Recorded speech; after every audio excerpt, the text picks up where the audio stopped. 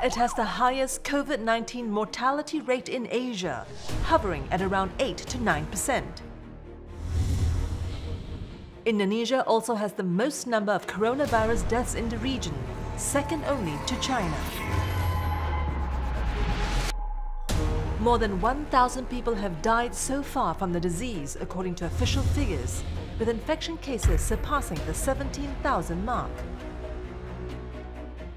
It is of particular concern that Indonesia is one of the most populous nations in the world, and the response so far has been much less than ideal. The pain, the sad, what we have to face it is our beloved mother, buried without anyone can come. Despite its initial slow response to the coronavirus threat, Indonesia has been ramping up its fight against COVID-19. But there's concern that the move may have come too little, too late. Yang itu sudah ada masalah di dalam dokter tenaganya, dan saya kira juga nanti ada tenaga kesehatan yang lain yang kurang. Are the Indonesian healthcare facilities well equipped to deal with the rising number of infected cases? And how will the authorities control the spread of the virus across its vast archipelago?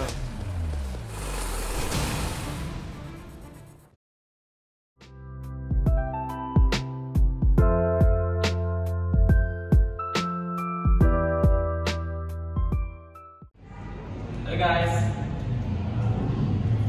kalian lagi ngomongin apa sih? Kayaknya seru banget. Jadi gini yo, kita lagi ngebahas tentang kasus COVID yang ada di Indonesia.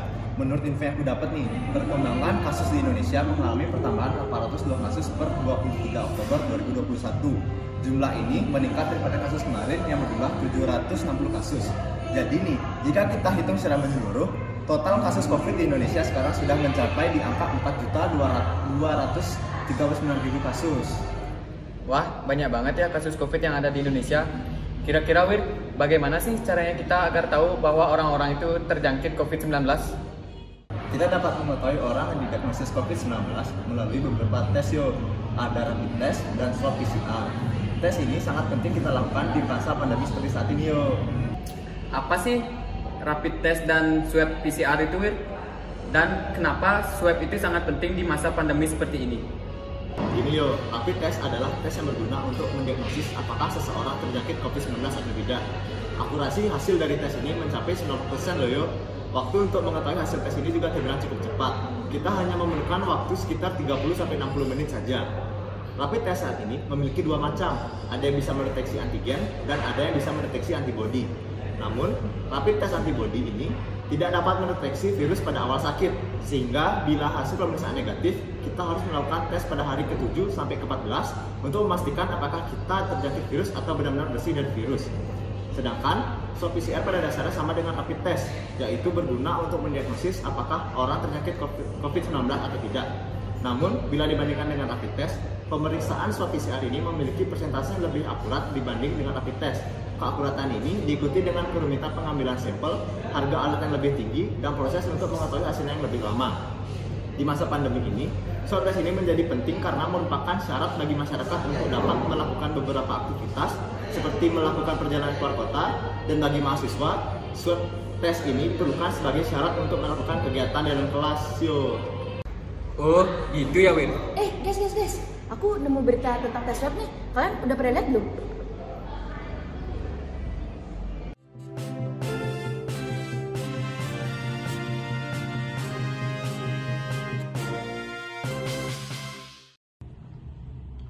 Berita hari ini, muncul isu terkait validitas hasil tes swab yang dilakukan Badan Intelijen Negara terhadap jajaran Lembaga Administrasi Negara. Kepala Lembaga Administrasi Negara, Adi Suryanto, meluruskan isu itu. Kepala Biro Hukum dan Humas Lembaga Administrasi Negara, Tri Atmojo Sejati, menjelaskan dalam wawancara lewat telepon pada tanggal 24 September 2020, Kepala Lembaga Administrasi Negara sama sekali tidak pernah menyampaikan penilaian atau opini mengenai perbedaan hasil tes swab.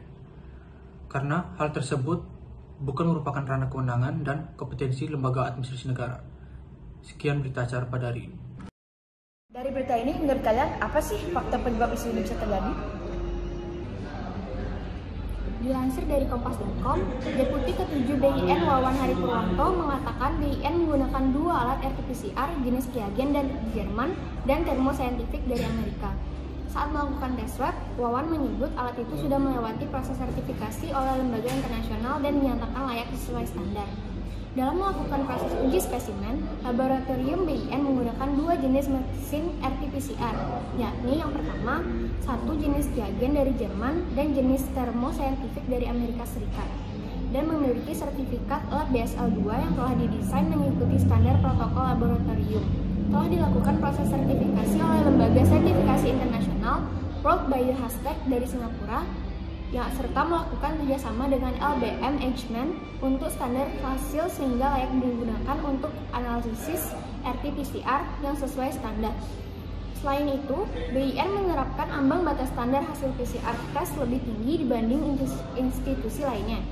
Ia menjelaskan, nilai CT-qPCR atau ambang batas bawah hasil tes PCR biasanya adalah 32, tapi BIN menaikkan ambang batas bawah menjadi 40. Hal itu untuk mencegah orang tanpa gejala lolos screening. Wawan juga menyebut fenomena hasil positif menjadi negatif itu bukanlah hal yang baru. Berdasarkan penjelasan Dewan Analisis Strategis Medical Intelligence (BIN), termasuk dalam jaringan intelijen di WHO. Hal itu disebabkan sejumlah faktor. Yang pertama, RNA atau protein yang tersisa dari jasad renit virus sudah sangat sedikit, bahkan mendekati hilang, sehingga tak lagi terdeteksi. Apalagi subjek tanpa gejala klinis dan tes pada hari yang berbeda. OTG atau asimptomatik yang mendekati sebuah berpotensi memiliki fenomena tersebut. Kedua, terjadi bias pre-analitik, yaitu pengambilan sampel dilakukan oleh 2 orang berbeda dengan kualitas pelatihan berbeda dan SOP yang berbeda pada laboratorium yang berbeda, sehingga sampel swab sel yang berisi virus COVID tidak terambil atau terkontaminasi. Ketiga, sensitivitas reagen dapat berbeda terutama bagi pasien yang dinilai CT atau CT-nya sudah mendekati 40. Dalam kasus ini, BIN mengaku menggunakan reagen Perkin-Elmer dari Amerika, Astar Fortitude dari Singapura, dan Wuhan EasyDiet dari China. Reagen ini lebih tinggi dalam hal standar sensitivitas terhadap strain COVID-19 dibandingkan merek lain, seperti Genolution dari Korea dan Liveriver dari China yang digunakan beberapa rumah sakit. Menurut kalian, bagaimana sih dampak dari isu ini?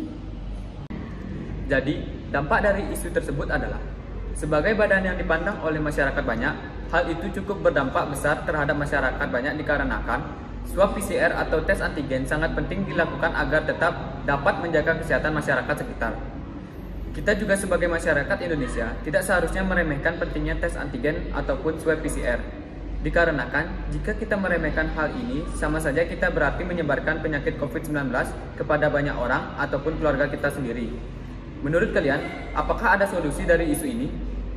Jadi menurutku Rio, isu ini dimana sebagai peninggi negara, mereka seharusnya tidak langsung menginformasikan sesuatu yang belum tentu valid, dikarenakan kesalahan penyampaian data dapat berakibat fatal bagi seluruh rakyat Indonesia, di mana kita juga sebagai masyarakat sebaiknya taat dan menghargai prokes atau peraturan-peraturan yang ada, agar tercipta suasana yang sehat dan terkondusif, dan jangan hanya berpatokan pada satu sumber saja. Alangkah baiknya kita membaca lebih lanjut bagaimana informasi mengenai isu ini agar tidak memberikan informasi yang menyimpang kepada banyak orang nantinya. Jadi, kesimpulan yang dapat kita petik adalah kita dapat mengetahui orang yang didiagnosis COVID-19 melalui 2 tes, yaitu rapid test dan swab PCR. Sebagai masyarakat Indonesia yang baik, kita harus selalu mematuhi protokol kesehatan dan peraturan yang ada untuk meminimalisir penyebaran virus COVID-19 sehingga terciptanya lingkungan yang nyaman dan aman. Dan untuk para petinggi negara diharapkan memvalidasi suatu data sebelum dipublikasikan untuk meminimalisir terjadinya miskomunikasi yang dimana dapat berakibat fatal jika tidak dipahami oleh masyarakat. Sekian dari saya, terima kasih.